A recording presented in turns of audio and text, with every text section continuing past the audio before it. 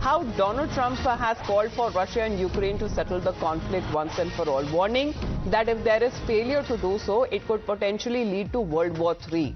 He stated that the US will step back if both sides refuse peace talks, emphasizing the need to end the war to prevent further loss of life. So this is another statement that is now coming in from Donald Trump.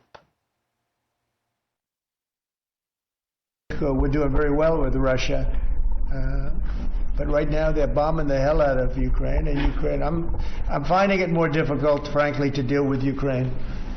And they don't have the cards. They don't have the cards. As you know, we're meeting in Saudi Arabia on sometime next week, early, and we're talking. I find that in terms of getting a final settlement, it may be easier dealing with Russia, which is surprising because they have all the cards. And Ukraine has to get on the ball and get a job done. Well, Rishabh, what do we make of this statement where President Trump says that dealing with Russia is far more easier than dealing with Ukraine? For we have seen exactly when that open televised spat that happened between the two presidents.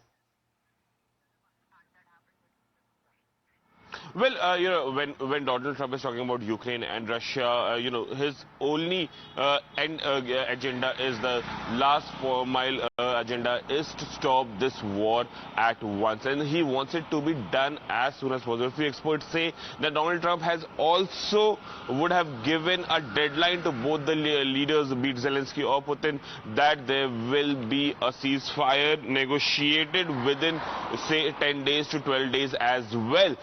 Ukraine is very clear that they will not approve of any ceasefire. They will not appropriate any ceasefire for that matter till all the territory of Ukraine is returned back to Ukraine, be it be it Kharkiv, be it Odessa, be it Donbass, be it Luhansk. The way Russians have advanced in that areas, Ukraine say they'll have to go back, which means that Ukraine wants 1/3 of its territory that is right now in Russian, Russian custody or Russian authority. What we are given to understand that Putin, on the other hand, is okay with the ceasefire, given that he wants that it has to be us, standing on the current situation. Wherever whoever is sitting will keep sitting. There is what Moscow is pushing for, and that is the reason that we see different negotiations happening with the US President Donald Trump suggests that it is